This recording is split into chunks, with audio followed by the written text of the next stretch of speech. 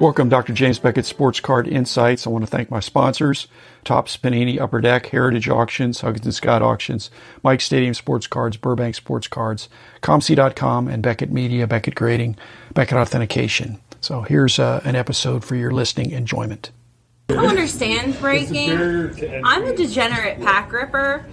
To give my joy of opening a pack to someone else and pay them to do it just does not compute. Can somebody eat your ice cream? Yeah, I'm gonna watch you eat ice cream. Yeah. Like, who does that?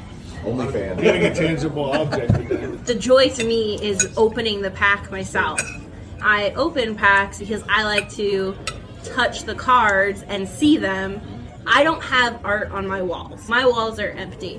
But my art lives in shoeboxes in a closet because cards are my art. And that's why I'm obsessed with Gene McLeod and Earl Arena, because they are the artists. I love everything they've done, and I'm excited to see what else Gene does now that she's at Upper Deck working on non-sports. So this is difficult for me as a sports girl to try and shift over to non-sports, and now I'm trying to learn characters and things, and it's very confusing. But it's the art. I'm there for the cards because of the way that they look, the way that they feel, the imagery that you associate with something else and like brings to mind something. And I just love the 90s era for that reason.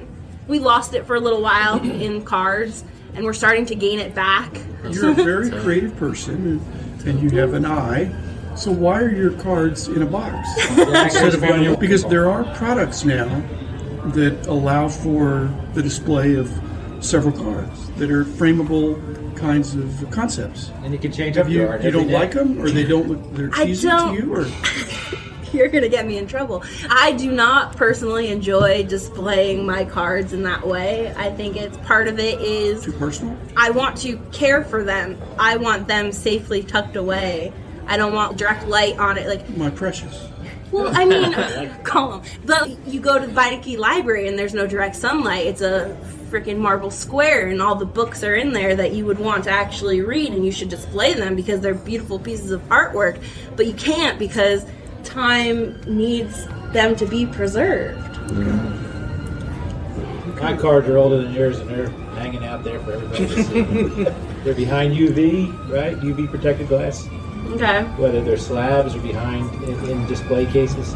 If Chris gets you a display case for Christmas, put it in the bathroom. When Chris gets you, when, not if. No. It makes me happy to see my cards. Yeah. I have hundreds of thousands of cards, so they're not on the wall. It makes me happy to walk down to my office, my basement, and see my cards, and I can change them. I might be on Kristina's side here. When I go into my place, I think I'm looking at closed boxes of cards, and I think those are my cards. They're in those boxes, and they're super protected. I'm with you, Kristina. That's interesting. Okay. And nobody gets to see them unless I want them to see them. Exactly. You come to my house, and I get to decide if you're worthy enough to see these things. Well, I'm not worthy enough. If you polled everyone, would anyone say, I don't enjoy opening packs?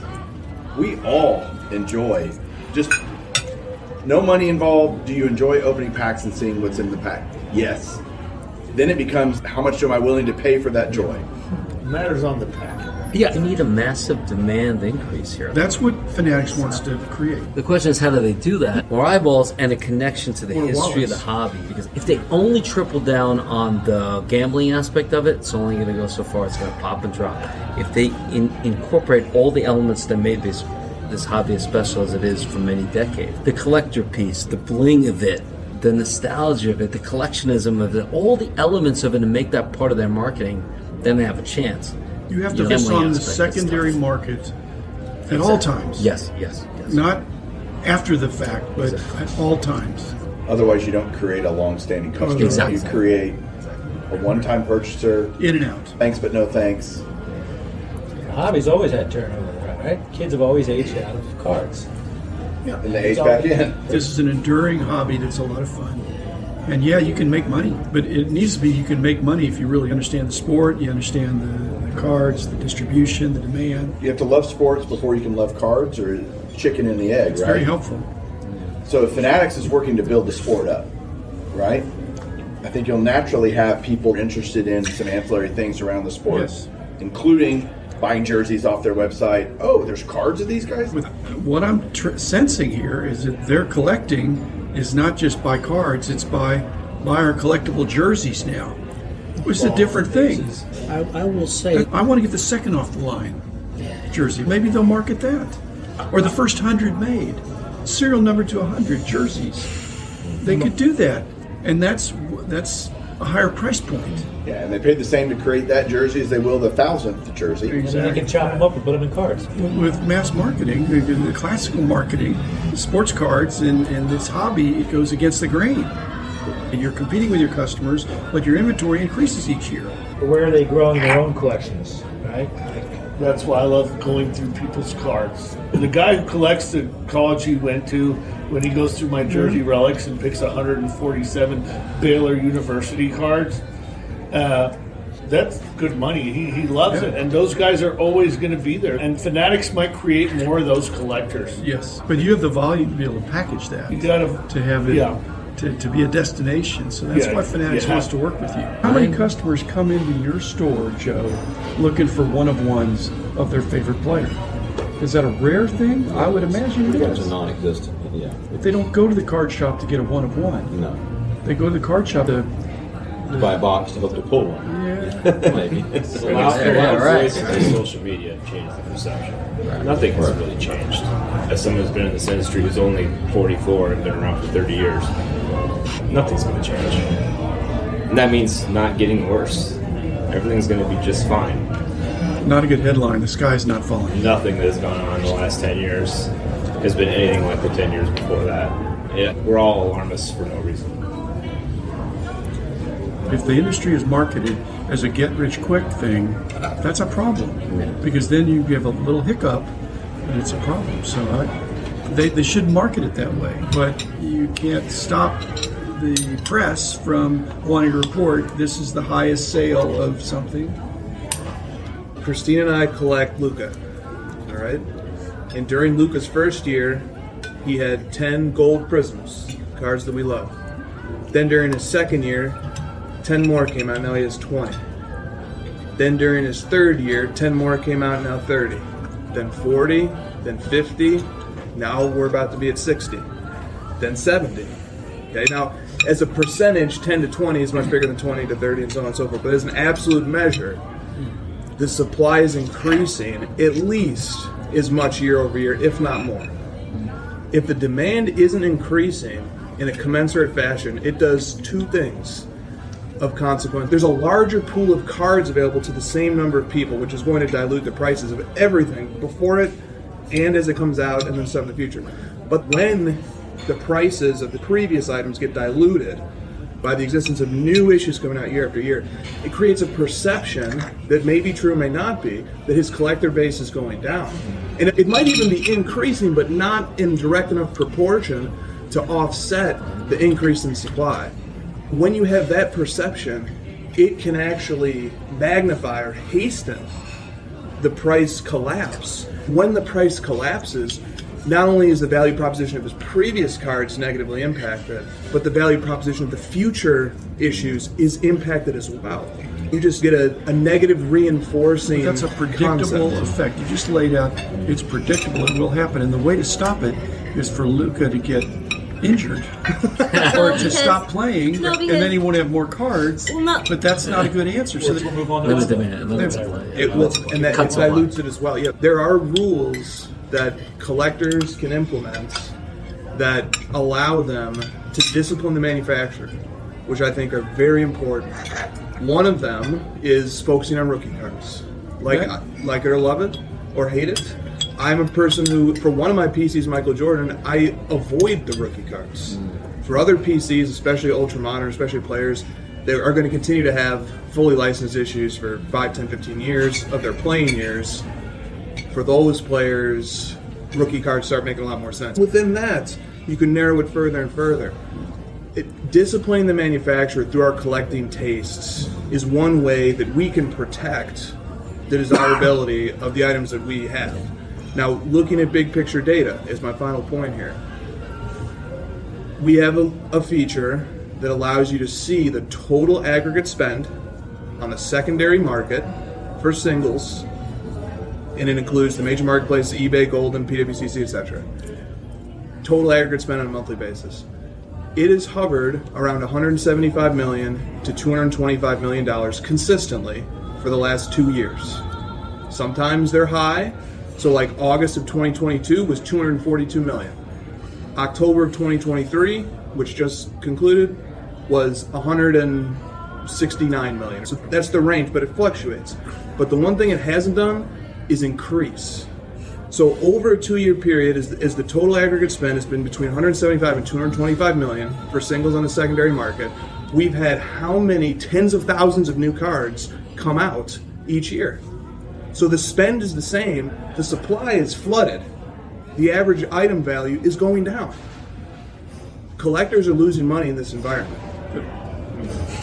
Your logic is good, but the thing is, that's why the importance of the rookie card to Victor is so important, because rookie cards are perceived to be less affected by that. They're more immune to the vagaries of the second and third year cards that spread out that demand, where a lot of demand is focused and always will be on the rookie card. That makes people have a false sense of security, because admittedly, when Luke has been in the market for 10 years, even if he's got a couple of MVPs and a couple of championships, which we hope for, it's still going to have an awful lot of expensive cards. Yep. So I've always thought about the market cap is not just the rookie market cap, it's the whole market cap of all cards for the player in all conditions of all years.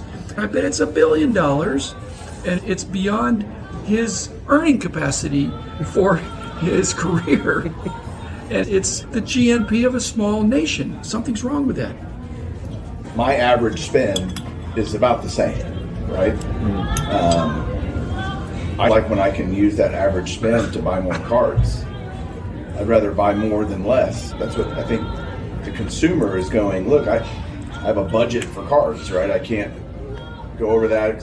That's what you're seeing in the data. You're tapping the same wallets. You've got wallet share. People are optimizing within the wallet. It's about getting more wallets. This is so clear. And the speed at which more stuff is being put out there to capture that same wallet share is the challenge. Well, the jealousy of baseball card collectors toward basketball a few years ago, when basketball came up, they got more wallet share. But now basketball is perceived as being fully priced and not as much the golden boy anymore. So people are moving back to other things. What's the good deal now? Can you segregate by sport and see where that wallet share is shifting? I bet it's shifted. Yeah. I bet it's It can shifted. shift, right? And toward basketball and then away from basketball. Or even vintage versus, I doubt the average spend overall in the secondary market for vintage has changed much in 5 years. That's telling me we're not getting more people into this hobby. Because most people are on a hobby budget. We were, and I think we still will. People expand their wallet in a bull market. Yeah. Except for a few people that think, hey, prices went down, I'm going to buy some cards now. Yeah. But the average person, when prices go up, they think, hey, I'm doubling down. But you're actually going to make more money buying into a down market. It's an interesting conundrum, but you can do really well if you it's know cyclical. what You're supposed to build on a downturn, right? Why low so high? And it is nice having a dollar bill feel like it's worth something in the hobby. Because for a little while there, it felt like money didn't go very far, and now it feels like it goes a lot further. And there is something really nice about it. Well, when cards were so hot, it was better to have cards than money. Yes. Now it's better to have money than cards. Yep. Unless you've got the really good cards. Yeah. That goes to the interest rate point, which is known but bears repeating.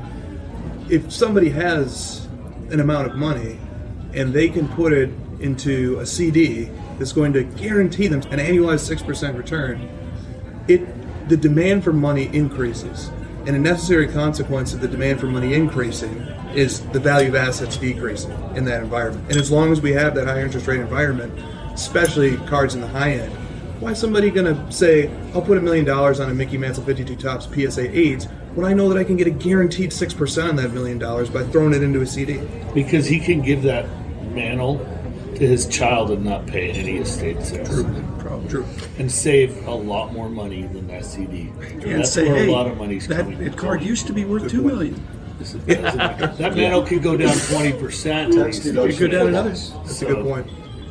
There's to the change tax. that. They have to get a greater share of an existing wallet, tap into different categories within that wallet, like think your so. entertainment I budget, think or more likely, get more wallets. And those wallets are the sports fans. That's what they're doing.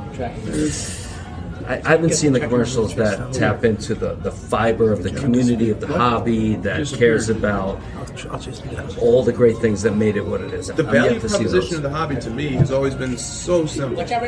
My life pre-returning to the hobby was worse than my life after I returned to it. So wait, hold on. When we met, your life was worse. Life is better with cards. Coincidentally, yeah.